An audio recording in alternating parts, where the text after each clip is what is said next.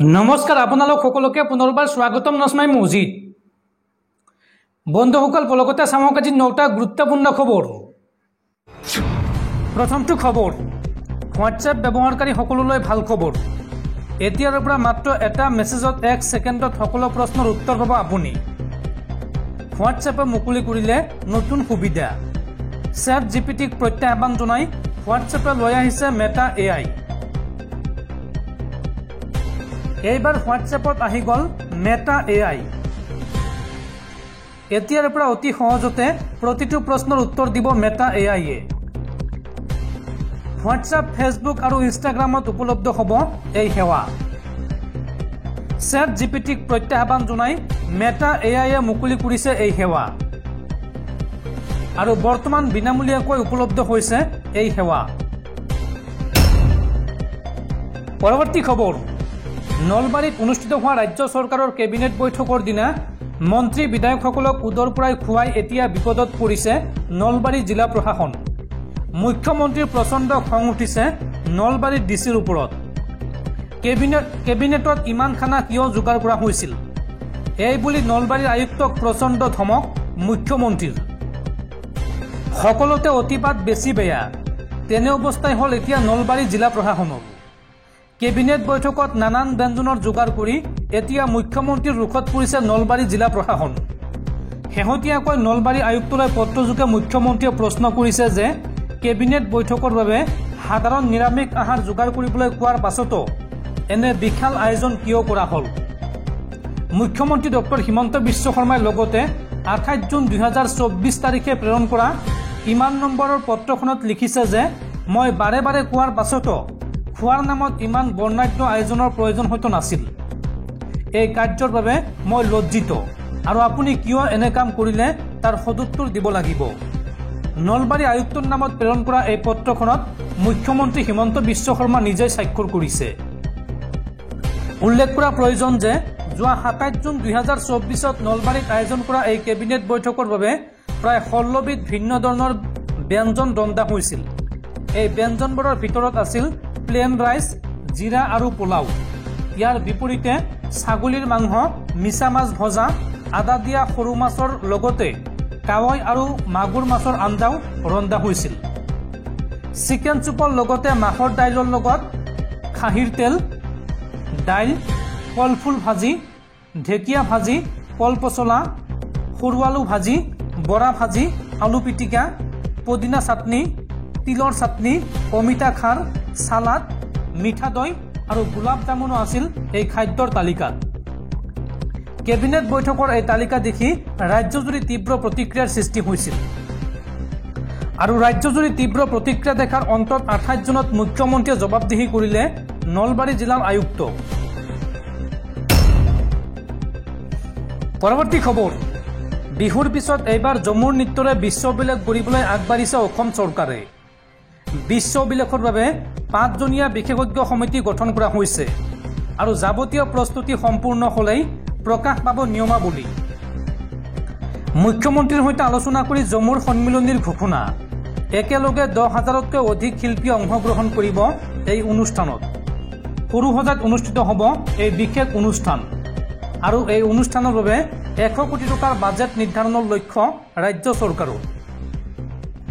দৰ্শকসকল আৰু বহুতো গুৰুত্বপূৰ্ণ খবৰ আছে।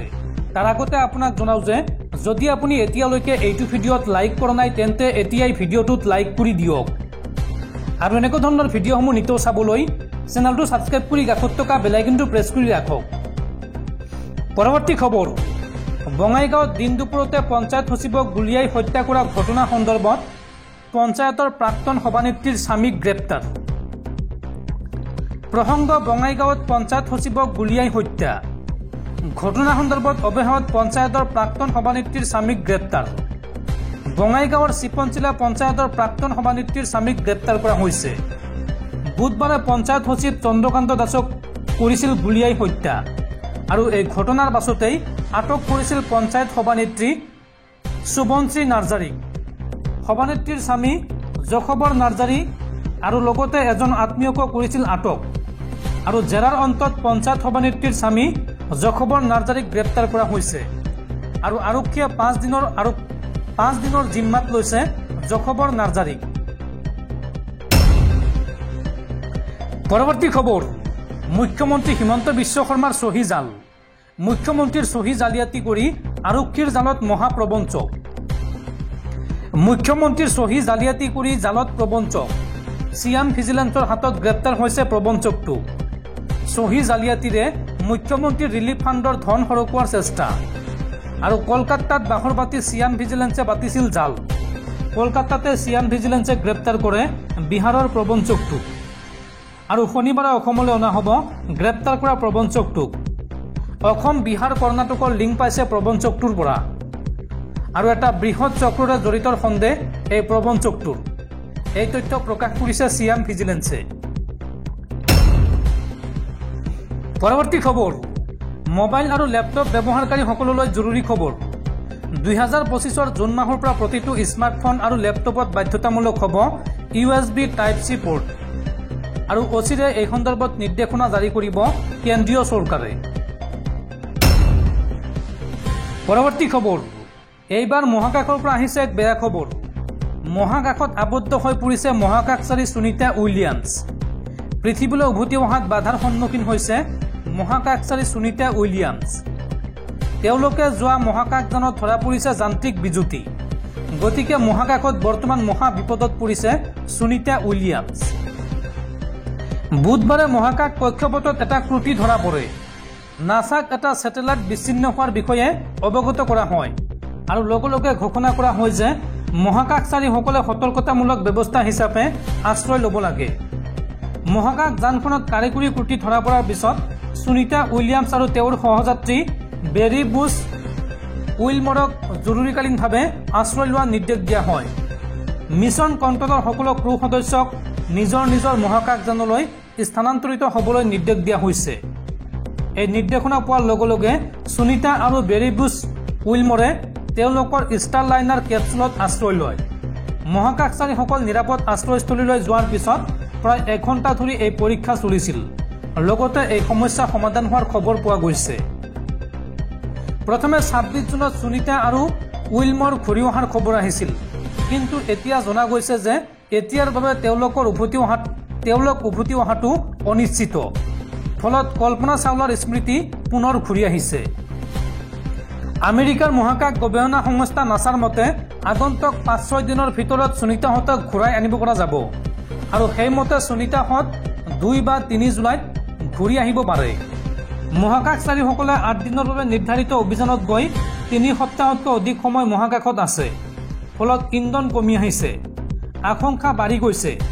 দাবী কৰা হৈছে যে আৰু মাত্ৰ 27 দিনৰহে ইন্ধন বাকী আছে এই মহাকাশ যানখনত। কেতিয়া ঘূৰি আহিব সেই সন্দৰ্ভত নাছাই একো কোৱা নাই যদিও ত্ৰুটি মেৰামতিৰ কাম চলি আছে। উল্লেখযোগ্য যে যোৱা 7 জুনত সুনীতা উইলিয়ামছে আন্তঃৰাষ্ট্ৰীয় মহাকাশ কেন্দ্ৰলৈ ৰাওনা হৈছিল আৰু উৎক্ষেপণৰ পিছতে কেইবাটাও যান্ত্ৰিক দুখ ধৰা পৰে। নবীনসকলে সেই ভুলটো নিজেই শুই নোযোৱাকৈ মেৰামতি কৰে। সকলো বাধা অতিক্ৰম কৰি সুনীতা উইলিয়ামছে গন্তব্যস্থান পালেগৈ। ইয়াৰ মাজতে মহাকাশযান বয়িং ষ্টাৰলাইনাৰক লৈ বিতৰ্কৰ সৃষ্টি হৈছে। পৰৱৰ্তী খবৰ, মৰিয়নীত চাঞ্চল্যকৰ ঘটনা। নিখোজ ভাৰতীয় সেনাবাহিনীৰ এইগৰাকী জোৱান। মৰিয়নী আৰক্ষী থানাৰ অন্তৰ্গত বাহনীত এজন সামৰিক বাহিনীৰ জোৱানৰ নিখোজক লৈ সৃষ্টি হৈছে ব্যাপক চাঞ্চল্যৰ। জানিব পৰা মতে 25 মেত উত্তৰ প্ৰদেশৰ কৰ্মস্থলীলৈ যোৰহাটৰ পৰা বিমানযোগে যাবলৈ ৰৰৈয়া বিমানবন্দৰলৈ ৰাওনা হৈছিল জোৱানজন। কিন্তু বিমানবন্দৰৰ পৰাই ৰহস্যজনকভাৱে সন্ধানহীন হৈ পৰে জোৱানজন মৰিয়নীৰ বাহনীৰ লাহিং গাঁৱৰ সুনেন্দ্ৰ বৰাৰ পুত্ৰ বিনন্দ বৰা বুলি জানিব পৰা গৈছে। ৰাজপুত ৰেজিমেণ্টত কৰ্মৰত হৈ আছিল বিনন্দ বৰা। 10 এপ্ৰিলত ছুটীলৈ ঘৰলৈ আহিছিল সেনা জোৱানজন। আৰু জোৱানজনে ঘৰতে এৰি থৈ গৈছে মোবাইল ফোন আৰু আই কাৰ্ড। পৰিয়ালৰ লোকে আৰক্ষীক গোচৰ দিছে যদিও নিৰুদ্দিষ্ট সেনা জোৱানজনৰ কোনো সম্ভেদ লাভ কৰা নাই আৰক্ষীয়ে। জোৱানজনৰ পিতৃয়ে পুত্ৰ বৰাক অসুস্থ মাতৃ আৰু 1.5 মহীয়া কেঁচুৱাটিৰ মুখলৈ চাই য'তে আছে শীঘ্ৰে ঘৰলৈ ঘূৰি আহিবলৈ কাতৰ আহ্বান জনাইছে। মন কৰিবলগীয়া যে নিখোজ সেনা জোৱানজনক বিচাৰি ৰাজপুত ৰেজিমেণ্টৰ 2জনকৈ সেনা জোৱান মৰিয়নীত বাহৰ পাতি সেনা জোৱানজনৰ সন্ধানত নামি পৰিছে। ইপিনে আৰক্ষীৰ সূত্ৰে জানিব পৰা মতে বিনন্দ বৰাই ৰাজপুত ৰেজিমেণ্টৰ বহুকেইজন সতীৰ্থ জোৱানৰ পৰা কৌশলেৰে প্ৰায় 50 লাখ টকা সংগ্ৰহ কৰি আনিছিল আৰু শেহতীয়াভাৱে ধন সংগ্ৰহ কৰা সেনা জোৱান কেইজনে প্ৰাপ্য ধন উভতাই বিচৰাৰ বাবে সেনা জোৱানজনে আত্মগোপন কৰাৰ সন্দেহ কৰিছে আৰক্ষীৰ সূত্ৰটোৱে।